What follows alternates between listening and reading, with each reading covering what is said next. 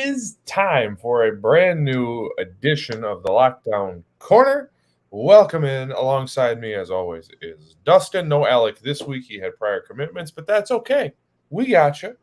And if you want to know where else you can get us, I just got to say, make sure you follow us at Corner Lockdown on Twitter because Alec has took over our Twitter account. Dustin, did you see what he tweeted out? I did see that. That was hilarious. I'm not going to spoil it because I want you at home to go subscribe or not subscribe, to follow us on Twitter. It was one of the funniest things I've ever seen. It was hysterical. So make sure you follow us on Twitter and also Facebook and YouTube, where you get both of our live streams, once a week live streams. And, well, we're back, as is football. First week of preseason in the books.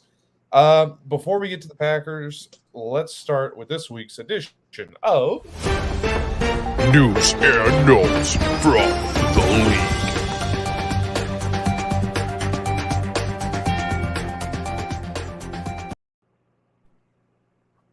Okay.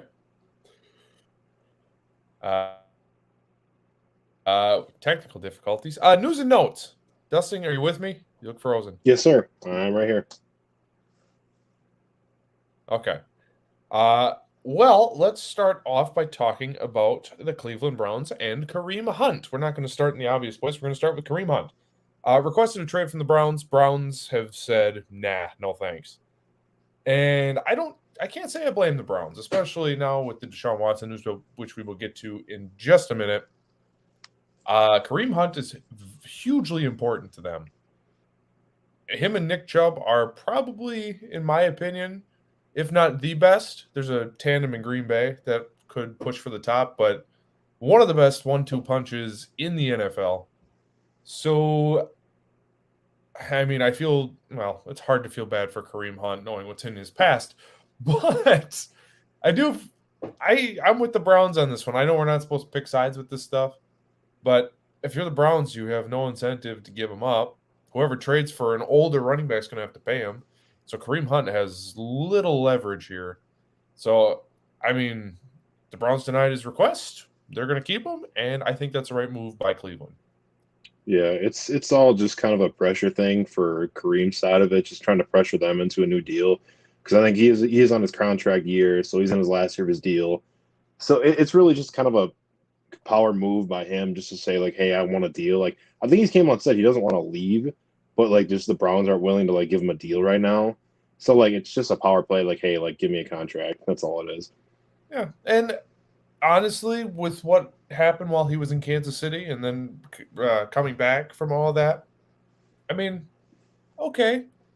I mean, I guess I don't know what he's done off the field.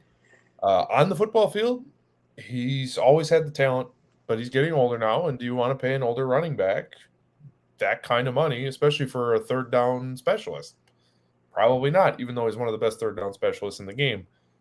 But let's talk about the Browns quarterback situation, because I think this is also part of the reason why, as I just mentioned, sorry, Drunk Alex may be here. I got into the bush-light apples today. I'm more exhausted than drunk, but if I slur a little bit, it's exhaustion. It was the family fantasy football day. Dustin was a part of it. Maybe at the end we'll go over our teams, but yeah. So if I'm a little off, that's my excuse.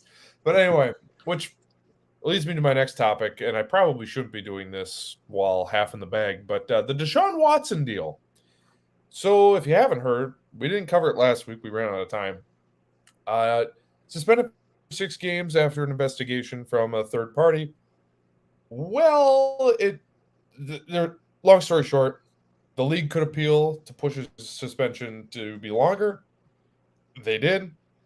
And now the expectation is that the NFL will get its wish by suspending him for an entire season.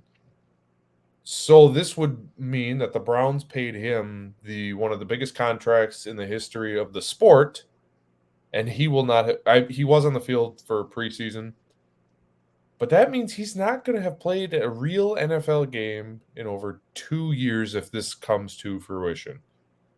Personally, I don't think Cleveland should have done this. They must have had decent information, but regardless of what you think to Deshaun Watson, The football player is solid. From what I saw in the couple throws he had in preseason, he looked like he never left. A little rusty. There was one overthrow. But look, it's a tough situation. Deshaun Watson, I would think, is going to be gone for the season. Dustin, what say you? Yeah, I would absolutely agree. I mean, it's a tough situation because like they went through a judge and they got clarification, and judge said, hey, like 6 games, I think he said, or half season, whatever, like for policies. And they even like accuse like actually like rule anything. Like there was no like rule on it. Like apparently they found nothing. So it's a rough situation where you don't really know what to say. Like I get the NFL said whatever they want. Like, because I mean, like everything seemed a little too fishy with the whole situation. Like, the amount of women involved and everything. It was just, we're not gonna get too far into that, but it was just, everything seemed fishy. So I get on the NFL side where like they want to be safe than sorry. Like if this guy's like a predator, like you need to obviously make him take a step back and like realize some things. And it's messy. I don't know. I mean, I think he should, me personally, but it's up to their call, I guess. I'm with you, and I don't want to accuse anybody of anything because the truth is we're not in the room. We can follow all these reports, and I mean, who knows what the reports are, who they're coming from, if they're actually true. But I feel like the judge coming out and saying it's 6 games, we don't know exactly what happened, but we know something happened. He's guilty of something.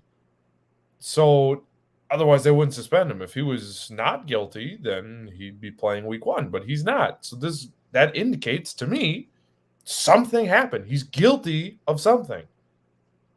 And 6 games, whatever you may think of the actual penalty, I don't think that's the point here. I think that the NFL probably shouldn't be in the morals business. They started that with the Ray Rice deal. They opened that door, and now here we are again with another terrible situation. So yeah, I'm with you. A year, it seems fair to me. Last year, I guess Houston was trying to trade him, so it's really hard to talk about this when we don't know all the details, and also when you're half in the bag. So let's move on to brighter and sunnier topics. Justin Jefferson, maybe not for you Packer fans, but Justin Jefferson in camp has looked fantastic. Let's show a clip, courtesy of, I believe this is off of TikTok. Where'd you find this video? That is from Twitter. Credit is Nick Olson. Nick Olson. Thank you for the video. Here it is. Bang. Look at that. That is fantastic. He is so slippery. And actually, speaking of our family fantasy draft, he was my first pick today. I don't know how he dropped to 11. Everyone went running back heavy, which, I mean, worked out for me because there's a chance, at least in fantasy, and we're going to do – our fantasy show was supposed to be this week. We're missing Alec. It's been a long day for both of us. Dustin started camp, so we're going to keep this one tight. But Jefferson, talent-wise, might be the best receiver in the league. You could make that argument. This year, he might be the best fantasy receiver. I know Cooper Kupp's going to have a say in that, but, I mean, just look at this cut. It is unbelievable. Bang, bang. It's quick. No, he doesn't even need to push off. It's just, it's dance. It's art is what it is. So, man, what say you on Justin Jefferson? Yeah, he is definitely, one of the top receivers in the league for sure. I mean, just his route running skills are just, obviously among one of the best. And that's why every year you see him, top 5 in receiving yards. You're going to continue to see it. Like, he's going to get the ball if he's open. And obviously, he's always open. He reminds me of Chad Ochocinco with his route running. He's calling his coach in the middle of the night saying, I'm open, Yeah, he's phenomenal. Obviously, like as a Vikings, like we're a little biased. We try not to like him, but it's hard not to like this guy. He's just good. I mean, I know he plays for the rival team. Look, I know the Packers and Bears go back, but in the last 25 years, it's really been Packers-Vikings is the main division rivalry, because the Bears haven't been good enough to compete, except for 2010 when they made it to the NFC Championship. The Lions, they normally get one stupid game every couple of years against Green Bay. Okay, fine, whatever. They bite our kneecaps off, according to Dan Campbell. But how can you not like this guy? He's fun, he's energetic, and he's awesome. Regardless of what you think of the Vikings, I mean, I don't like the Vikings, but they know how to get skill talent, man. Dalvin Cook, Thielen, Jefferson, obviously Randy Moss back in the day. They've always had guys. So I'm excited to see what he can do in year 3 because I think this is, I mean, he already took off, but now, I mean, this is year 3. Cousins and him have chemistry, full on chemistry now. I'm just excited for football. Can we say that? Especially now that the first fantasy draft is in, rosters are in. Like, I am ready to roll. Who's not ready to roll? Daniel Jones. So, Dustin, can we do a top 5 list, make it or break it year? Do you have one off the top of your head? Could we do this? That's a tough one, actually. That could be a long list. That could be a very long list. We want a top here. I'll play this video of Daniel Jones, and then because I believe it is a make it or break it year for Daniel Jones, I will stall and give you time. Work on your top 5 make it or break it list. But first, while Dustin's working on that, let us go to the video of Daniel Jones once again not living up to the expectation when the Giants took him. As you see here, practice video. I mean, he's not even close with this throw. The receiver can't break. It's just the Giants are going to be a mess. And I wanted nothing to do with anything of theirs for fantasy purposes today. I don't want the Giants, the Texans, I don't want any of that near me for this fantasy season. I was thinking about Kadarius Toney, but you got to get him the ball. I don't trust Daniel Jones. Which brings us to, if you are ready, Dustin, I think I'm ready. I can mold this together. I can do it. All right. Dustin's top 5 make it or break it year for the NFL this season. Dustin, number 5. Who is the 5th guy? This is a make it or break it year. He's got to make it or it's broken. What say you, number 5? All right. I'm going to go number 5. I'm going to go Kirk Cousins at number 5. All right. Oh, we're going. Nice, we played it twice. I think I say Kirk Cousins. They gave him that giant deal when they first signed. I don't even remember how many years ago that was. I mean, that was a couple of years ago already, like 3-4, I think at least. Correct. I want to say his original deal was only a 3-year contract. He may have an extension kicking in, but I do not know. Let me look that up while you explain yourself. So yeah, I mean, I would say Kirk Cousins mainly the fact of like he hasn't really done anything as far as he's been with Minnesota. He's had good receivers to throw to, a good running back, I wouldn't say a good offensive line, but a mediocre, like mid-level offensive line where they should be able to make something work with it. They've had somewhat good defenses. I wouldn't say elite, but I wouldn't say bottom tier.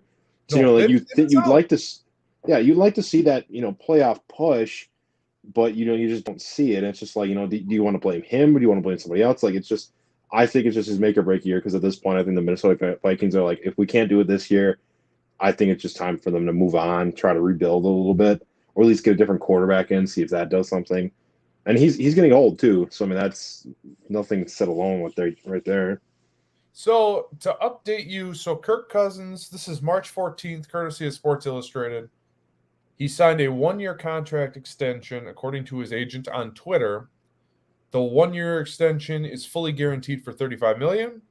So he is scheduled to make $40 million this season, and then his extension year would be next year, and that will be $30 million in 2023. So he will be in Minnesota for at least the next 2 seasons at $40 million and $30 million. And your face says it all. For those just listening to the audio experience, Dustin's eyes were bulging out of his skull with shock. So yes, Kirk Cousins, 2 more years in Minnesota. Hey. Good for you, Minnesota. Good for you. That brings us to number 4. Number 4 on your make it or break it list. I'm not going to go player. I'm going to go coach. I'm going to say Cliff Kingsbury. I like that one a lot. Yeah. We talked about this a couple podcasts ago. Yep. We talked about Cliff Kingsbury and the Cardinals and just kind of the disaster that it has been the last couple of years, and just the second half just shipwrecks, just can't put it together consistently. Start hot beginning of the season, get ice cold, kind of halfway through. It's just, how many more seasons are you going to give him until you're like, yeah, he's not our guy. Yeah. It just, I don't think I need to say anything else. They have so much talent. He's an offensive guy. Their offense is loaded with guys. And they brought in, he's not elite anymore, but what once was an elite tight end, Zach Ertz. Now you get a full season of Zach Ertz. Hopkins is facing suspension. Okay. Well, you still brought in Hollywood Brown, who I think is going to be an impact guy, even if I would say his floor for Brown this year would be like MVS with Green Bay. You know what I mean? Mm-hmm. Like, he'll be gone for a few games, but then there'll be a few games where he's just busting games wide open. But they got enough talent there. Their defense is fine. It's serviceable.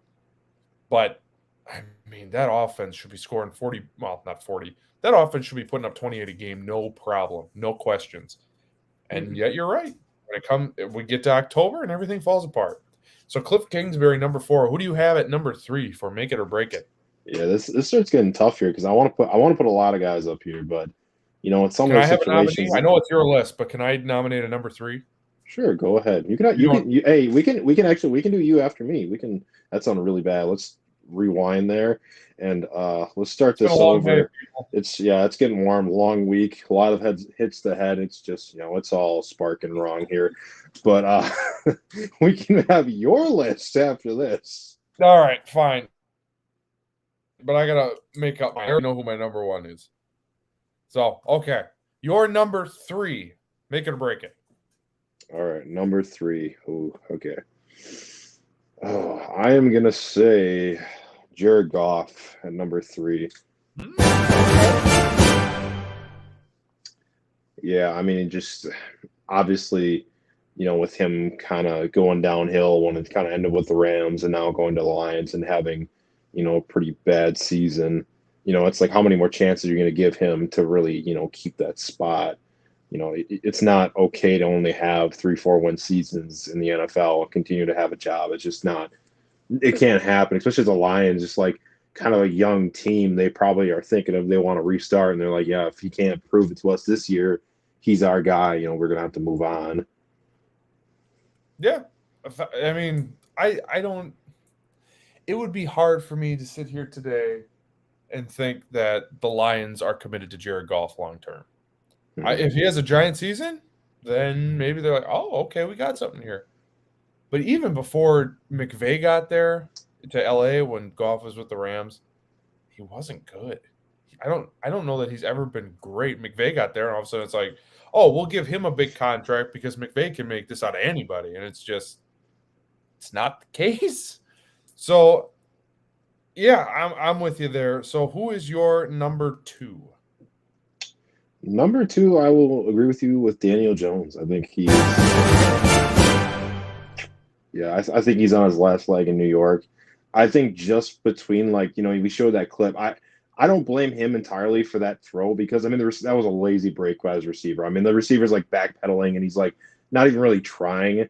It's just like there's not a connection between him and the receivers. It's like that's a problem where he's not a great thrower. We already know that. But on top of it, he's not going to have chemistry with any of his receivers. It's just it gets to a point where this isn't our guy. He doesn't fit our system. He can't gel with the receivers. It's just like you got to figure it out. Like if you can't figure it out, again, they're going to move on. And they have pieces there, they have talent, but it's just again, it's they might have to start a little bit of a rebuild with the quarterback situation. Yeah, and they look. Sometimes you take swings and miss, and then you miss. It's okay. They were so hell bent on taking Daniel Jones, and actually, what's funny is I have Daniel Jones as my number 2 as well. So when I go through my list, we can skip over this. I know that they don't have a lot of talent. I know their offensive line isn't very good, but what I do know is Daniel Jones is super athletic, and when he uses his legs, he's pretty effective. I know he's got a big arm. I've seen it. It's just, I'm with you. This is the year. Can he put it all together? Because there have been flashes where you're like, oh, he's not bad. But for the most part, it's been pretty disappointing so far. And number 1, make it or break it for you. This one was actually kind of an easy one. I think Carson Wentz. I think. I didn't have him on my list, but that's a good one. I like that one. Tell us why. I mean, obviously, just with him with the Eagles, the last couple seasons he was there, it was a train wreck with him. It didn't seem like he knew how to play football anymore. It just seemed that there's a mental block there where like he just doesn't know what to do anymore. It's just like he cannot find the open guy, can't hit his target. It's just like it's incredible how far he went down of, with that MVP caliber season to like bottom tier quarterback. Yeah. He's getting older too, where it's like, how many more years and chance they're going to give him until, he's just done. Yeah. No, 1,000% agree with you. So my list, my top 5 list, and we'll cruise through this because we do have some stuff to get through. Honorable mention. So he's not in my top 5. I still have beachfront property, but there might be a for sale sign on Justin Fields Island. There might be. The real estate agent has set me up pretty good. I'm thinking of selling. But here's the deal. I think the Bears are such a mess right now. And now their kicker is talking about how bad their field is. And I don't know if you saw the pictures on Twitter of their field this week. It looked terrible. The Bears are a giant mess. So I think the talent's there. I still believe in the talent that is Justin Fields. I just think that situation he's in is totally going to nuke his career. That's the way it is. And I don't think it's his fault. I just think there's so much other garbage going on, and the Bears are such trash these days. I think it's going to cost him what could have been a solid career. So and this is the other thing too. It's make it or break it for us to believe in him, but I think they're going to stick with him now. I think they're pretty heel dug in. They're going to stick with him through the entirety of his rookie contract because why wouldn't you? So it's not totally make it or break it. That's why he's on my honorable mention. First up, number 5, Trey Lance. Let me tell you, they just decided they're going to move on from Garoppolo. Nothing special, but a fine quarterback. They're giving it up to the kid. All right, kid, North Dakota State. We don't really know what you are. We know you're athletic and you're mobile. You got a big arm. And against the preseason game against Packers, which we will talk about in a few minutes here, looked pretty decent. But I think, and the plan is to trade Garoppolo yet. I think we're going to find out pretty quick if they made the right decision or not. Or maybe they moved into the Lance era a little too quickly. So Trey Lance, my number 5. No comment. All right, moving. I don't know if you want to make a comment. You said we're going to roll through. I can comment if you'd like me to. I would sure. Chime in with your opinions. Sure. Yeah. I mean, I could see how you'd say that. I think it may be after like this season. It may be a little early, in my opinion, for like them to just be like, yeah, we're kind of moving on. Like, I think they may give him like a developing season where like if he doesn't play well, they're like, okay, he's got maybe another chance or two to prove it that he's the guy. But yeah, I could see that if they're like, because obviously they have the team now where they can make a push. So they're like, maybe if they don't see like it at all, they're like, yeah, we need to move on. But I could see it. And maybe make or break isn't the right word. Maybe he should be in the pressure list, like under most pressure list, which maybe we can do next week. But just something to keep an eye on. But he's low on my list. Number 4, Jalen Hurts. Philly is committed to him this year, and I don't blame him. He can run. He's athletic. He's mobile. He's a decent thrower of the football. He could use some improvement there, but now he's got weapons. He's got Devontae Smith, who is awesome. Second Alabama. Former teammate, I should add. He's got A.J. Brown, who they traded for on draft night. They got Miles Sanders. They have electricity in their skills positions. This is his year to not necessarily put it together, but just, is there another level to Jalen Hurts? We will find out. Yeah, actually, I like that one. That was the one I didn't really think about, but yeah, that's a good point. Yeah, I mean, obviously, like you said, they brought in a bunch of pieces for him, gave him every opportunity, to make a push here, and they're kind of like, yeah, show us what you can do, and if you can't do it, like, we're gonna move on. Yeah, and I mean, I don't think they would hesitate to move on at this point. They didn't put much draft capital in the guy, so if he's awesome, cool. Philly's got a quarterback for the next decade. If he's not, I don't think they stick with him. And that brings us to number 3. You had a coach on your list. I'm going to have one on mine. My number 3, Coach Mike McCarthy. If Dallas struggles this year, especially after the way they lost that game in the playoffs last year with Dak sliding and there wasn't enough time, we all know this. McCarthy's best days are behind him. Dallas has given him every opportunity and every weapon in the world. He had the defensive rookie of the year, who's only going to get better. Their offense is always electric. And I don't know that that's because of McCarthy, which is a problem because that's his thing. So Mike McCarthy not only is under a ton of pressure this season, it's make or break. I don't think if they don't do it this year, there's no chance he's there for another season. Absolutely not. No shot. Yeah, I mean, there's no question. I don't think he should be there regardless. I mean, maybe again, then maybe this is just me being biased, but like he just No, I don't think he it is. doesn't have the system to succeed consistently. Like you look at the team like he brought the Packers to in the Super Bowl. I mean, they had every piece to like win that Super Bowl. They had everything. That team Great was defense, receivers. I mean, a decent back. I mean, I wouldn't say great, but a decent back. A young James Stark at the time, yeah, and obviously you had Aaron Rodgers. Like you had every opportunity there to win, and I mean they scraped by. Like they had to have a wild card win. They had to have some magic in the middle life. Yeah. So Yeah. I mean, it's just I agree with that. He's just a bad coach. Yeah. And if he can't do it this year, no shot he comes back. Number 2, we already talked about Daniel Jones. We won't rehash that. And number 1, Tua Tagovailoa. Miami has committed to him for this season and this season alone. They could have had Justin Herbert. They decided not to draft Justin Herbert. Well, now you have Tyreek Hill, Jalen Waddle, Chase Edmonds, their weapons, Gesicki, the tight end. Their weapons are awesome. If you could tell me today you could trade the Packers' weapons for the Dolphins' weapons, oh my gosh, that would be so much fun. They are loaded at every skill position. If he can't succeed with this group and this coach from the Shanahan tree, it's not going to happen. And I like Tua. If he can't do it this year, I don't know that he can do it. Yeah, another one I would have to agree with you. I think he's really high up there. Granted, now you're making me rethink a lot of these now that you kind of start talking about them. I have more time to think about it, to be fair. Yeah, but that's another good one because I mean, like you said, they brought in all the pieces for him, gave him the coach that he needs, and like what's funny too is like we were sitting there. I was sitting there in one of the meetings, and I should say before one of the meetings, we saw a video, and they're like oh, watch this throw from 2, and it was just spiked into the ground like 10 yards in front of the receiver. It's like. Yeah. I'm like, they should call him Spike Man from now on because they should be the new Cam Newton Spike Man because that dude cannot throw the football. It's rough, man. It's rough.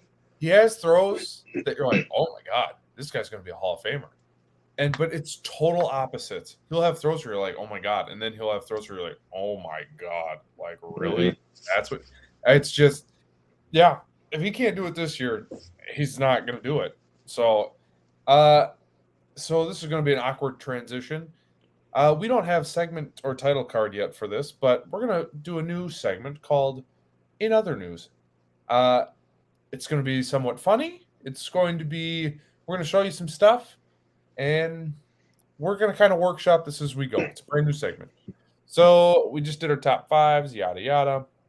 In other news, Jordan Davis from Georgia, rookie, he's real strong. Take a look. Jesus fucking God damn. Much like that gentleman said, God damn. That dude is so strong. I don't understand why he fell below on draft boards behind Devontae Wyatt, and I think Devontae Wyatt is a fine player. But again, one more time, watch this video. This dude, she's just 20 years old. It's wild. Take a look. Jesus fucking God damn. He's not even below shoulder pad level. That's him standing up. That's not even good for him. And he's pushing that guy, and that guy had no chance. He was bunny hopping. It is absurd. They don't make him like that guy. That's a different kind of cat right there. Dustin, as an offensive lineman, how would you like that coming at you? Not good. I would not like that. And the funny thing was, like, he had a press conference, and like, I really applaud Jordan Davis for coming on the press conference, just saying, like, he literally came on and said it like that was one rep. Like, he's like they didn't show you the other reps where Cam. I think it's their center rookie or the rookie center that the Eagles picked up this past draft. It said like, Cam beat me a couple times. Like, they don't show you that, but they'll show you this. Like, he kind of commended him, like saying like, Cam's a good player, and he's like, I got him in that rep, but he said he got me in a couple more. So, I applaud him for saying that. Like there's two sides of every story where, Cam got him in a couple, he got him on a couple. But yeah, I mean, to this rep, obviously, like, I mean, that's crazy. I mean, there's like, you can't do anything about that. Like, you're squared up with them. Like, as an offensive lineman, that's what you want to be. I mean, that center was doing everything he could to stop him. There's just nothing you can do because the bunny hop is what you're supposed to do to negate a bull rush. So a bull rush means like you're going to go straight through a guy. You're stronger and tougher than he is. And so the bull rush is supposed to, you're lifting up and you're forcing the weight to go upwards instead of forward. So, I mean, he's lifting him upwards. You can see the weight's going up, but he's just too big. I mean, that's just like, you can't, like, there's nothing you can do. Like, there's nothing you can do. No, I think the Eagles got a good one there. Mm-hmm. In other news, have you ever, Dustin, you like food? I like food. Have you ever, had something you're really looking forward to, and then you were just smacked in the face with disappointment? Either you dropped it or it wasn't as good. Yeah, all the time. Happens all the time. Yeah. Well, today in Detroit, we were a football podcast, but this young lad was taking in a Detroit Tigers game today, and well, things didn't go according to plan. Take a look. Ballpark, and sure enough, our crew gets a shot of the hot dog. Oh no! Oh no! Oh no! Oh, the horror. Oh, the humanity! Poor kid lost his hot dog. Let's play it one more time for the people at home because I can't get enough of this video. I've seen it like 1,000 times. I can't get enough of it. Just to look on his face. Ballpark, and sure enough, our crew gets a shot of the hot dog. Oh no! Oh no! Oh no! Oh, the horror. Oh, the humanity! It's fantastic video. Yeah. If you're listening, hate to see it. If you're listening audio only, do yourself a favor. Type in kid Tigers game hot dog, and you will not be disappointed. The poor kid, it slips out of his bun, falls on the floor, and he just smacks his forehead like, oh no, what did I do? It is one of the funniest things. That is the worst feeling, though, when you get something you're excited to eat, and it's just like an ice cream cone, for example, is the best example I can think of. They throw the 2 scoops on there, you start going, all of a sudden, it falls over and it hits the ground. It is one of the worst feelings on planet Earth. Yeah, obviously, as an offensive lineman, I enjoy my fair share of the food. And let's just say, yeah, when my favorite treat is spilled, I'm quite upset. So, oh, my God. And let me it's just tough say, to see a dog go down. The kid handled it gracefully. He didn't get mad, didn't throw a temper tantrum, just head in his hands and moved on with his day. It's a fantastic video. Make sure you go take a look at that. Well, you came here for some Packer stuff, so let's get to it now. Preseason game number 1. Oof. It's a hard one to talk about. So let's start with the good. Romeo Doubs appeared, had a couple drops. There was an INT that the corner ripped it away from him, so got to get better there. But there's also this dime. Take a look. Here they go empty again. 2 right and 3 left. 49ers bring pressure. 2 inside backers come down the sideline. Romeo Doubs, a touchdown. 49ers. Oh, that was nice.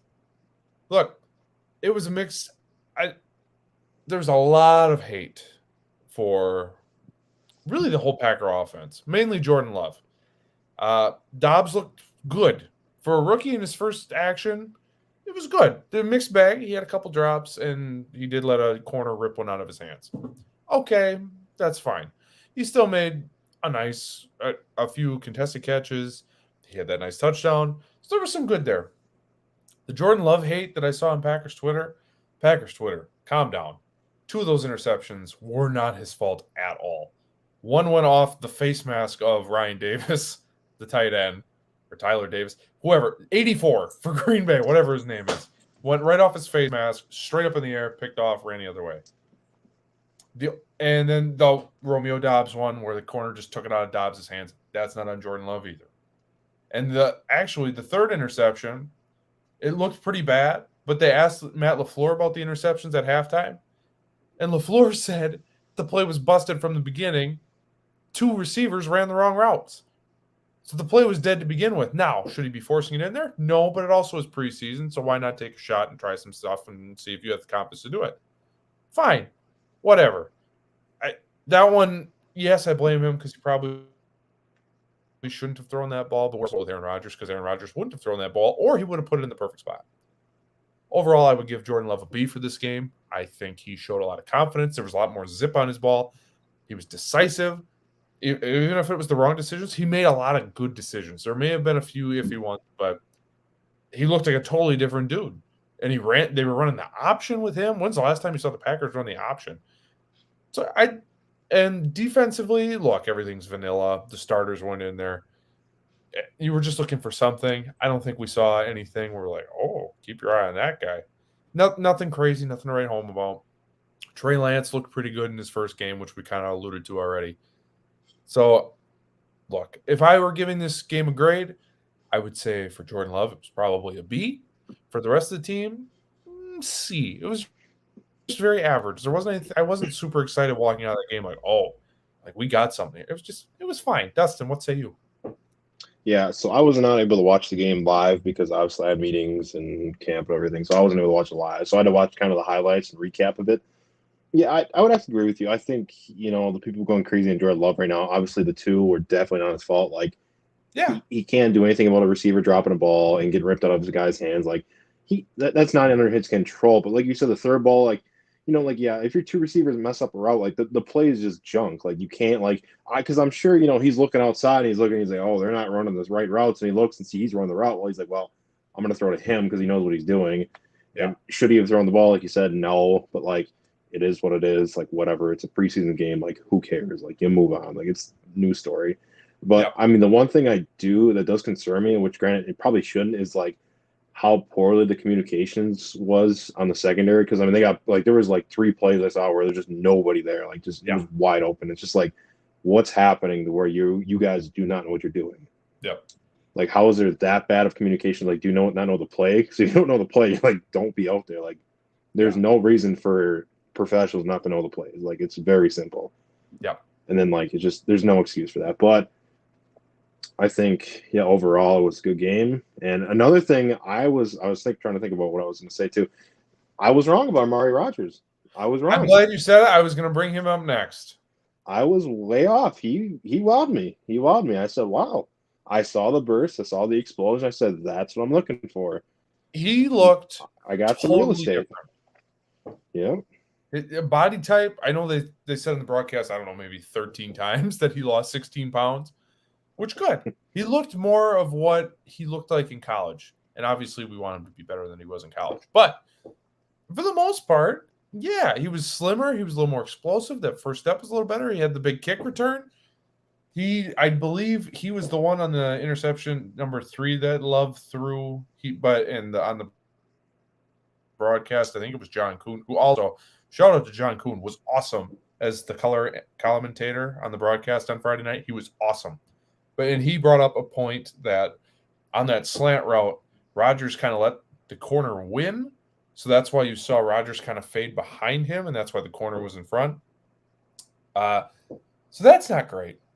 But as far as just his physical ability, okay, cool, improvement. We got to see more of it. Also want to give a shout out to Danny Davis, Wisconsin Badger receiver, who I didn't even know was on the team. So it was lovely to see him again.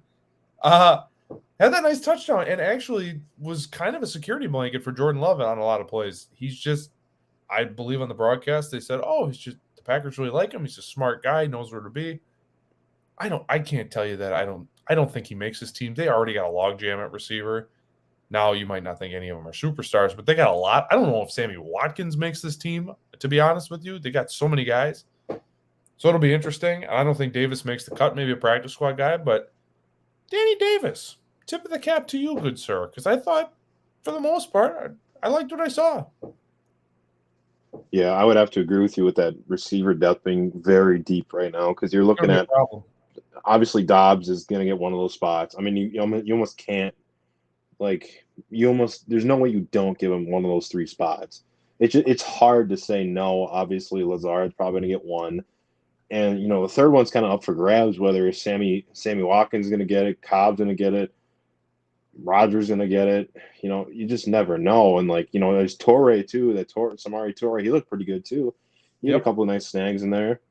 So it just there's a lot of depth there, and it just like you said, you'd like to see him make the roster, but I just don't see it happening. Well, okay. So I'm just going to list off some of the names on the depth chart. Okay. And let's go through and see if we can make any decisions here. Al Nazard, he's in. Thumbs up. Yeah, he's in. Dobbs, and Watson. Obviously, they're not going to give up on those two right away because they just invested heavily draft-wise. So those two are in. So that puts you at 3 already. There's no shot Cobb is getting cut. That's 4. You get your big 4. Okay. Sammy Watkins, bubble. Juwan Winfrey, bubble. Malik Taylor, he's a special teams guy. Danny Davis, Amari Rogers, he's safe, so that's 5 for sure. Torre, I mean, it depends how many they're going to keep. Because Torre would be nice to have on special teams because you're not going to trot out anyone else your receiver core on special teams. So if you keep 6, then I would say it probably comes down to Watkins versus Winfrey. If you keep 7, it's probably going to be Watkins and Winfrey, which means Malik Taylor, Danny Davis, and Ishmael Hyman, who made an appearance on Friday night. Those 3 are probably gone, and that's if you keep 7. If they keep 6, okay, Sammy Watkins might not make this team. So receiver's going to be an issue, and, we might say, oh, well, they don't have any receivers. And maybe that's the case. They don't have any impact receivers, but it's going to be a log jam come, 2 weeks from now when they got to make final cuts. It's going to be an issue. Yeah, it is definitely going to be a lot of those hard decisions made throughout their roster. Because there's a lot of guys on the bubble right now and on the fence that could very well get cut, and ones that are on the fence that could making the team. Yeah, I'm with you. So that's going to pretty much wrap up our show. I just thought of a Packer name, though, so very quickly we're going to do the old school version of... It's time to get wacky. It's time for Random Packer of the Week.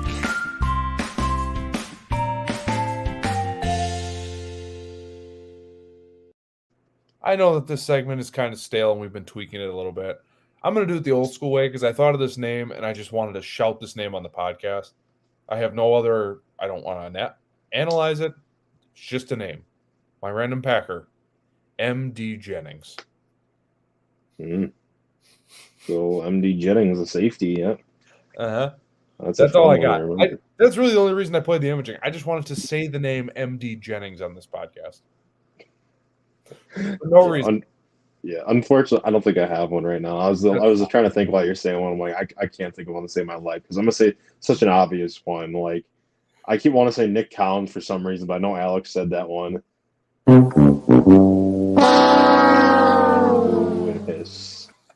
Yeah. Which I didn't know. While we're wrapping up here, we got sound effects. Like they actually play sound effects now, so that's kind of cool. He said it. So we'll add to our library as we go. But yeah, so we have 3 right now. But yeah, we'll add as we go. That's going to wrap it up for us as we are both exhausted. I can tell by my eyes I look like I am stoned. I assure you I am not. I'm just that tired. So make sure you follow us at Corner Lockdown on Twitter. Alec has done a fantastic job with that. So make sure you check out the Twitter page, Twitter feed. I'm losing it. Go on Twitter, find us. You won't regret it. That's my promise. Also, subscribe to our YouTube channel where you get a bunch of bonus content there or clip segments coming up. For example, our top 5 make it or break it list, probably on the YouTube channel. So if you missed it, make sure you check us out there. And also on Facebook, make sure you tune in every week where we'll be doing live streams on Facebook and YouTube. And if you got any other questions, feel free to message us on Facebook, Twitter, or YouTube. Always feel free to reach out. We love the feedback, and we love to interact with the people that support us. That's going to do it. I'm exhausted. Dustin, thank you for joining me, good sir. Good talking football. Football is back. We will be back next Sunday. Dustin's still got camp for next week, so we're going to be doing Sundays for a little bit. We'll see how it goes. We'll see if we can fit in our fantasy football bonanza. That was the plan for this week. Didn't quite work out, so we will try next week for our fantasy football stuff. But thank you for tuning in. We will see you next Sunday night to talk about Packers Saints as well as fantasy football, hopefully. Thank you for watching. We'll see you next week. Good night, everybody.